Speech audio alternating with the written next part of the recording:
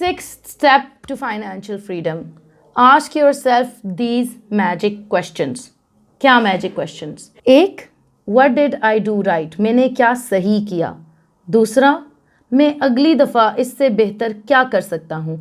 ये दोनों सवाल जब भी आपकी कोई मीटिंग हो, कोई प्रेजेंटेशन हो, कोई सेल्स कॉल आपने किया, कोई पिच किया, जब भी आपने किसी जगह अपने आप को रिप्रेजेंट किया किसी डील को क्लोज करने के लिए किसी भी जगह पे, तो आपने उसके इमीडिएटली बाद अपने आप से ये दो सवाल पूछने हैं. वन, मैंने क्या सही किया, कौन कौन सी ऐसी चीज़ें थी जो मैंने बिल्कुल ठीक की. टू, मैं अगली दफ़ा इससे बेहतर और इससे डिफरेंट क्या कर सकता हूँ. अगर आप ये हैबिट बना लें, हर दफ़ा, हर मीटिंग, हर इम्पॉर्टेंट कॉल, हर इम्पॉर्टेंट डिस्कशन के बाद अपने आप से पूछने की, तो आप देखेंगे कि आपका क्वालिटी ऑफ वर्क कितना इम्प्रूव हो जाएगा. आपका क्वालिटी ऑफ वर्क इम्प्रूव होगा तो इन टर्न क्या इम्प्रूव होगा, आपकी एबिलिटी टू मेक मनी.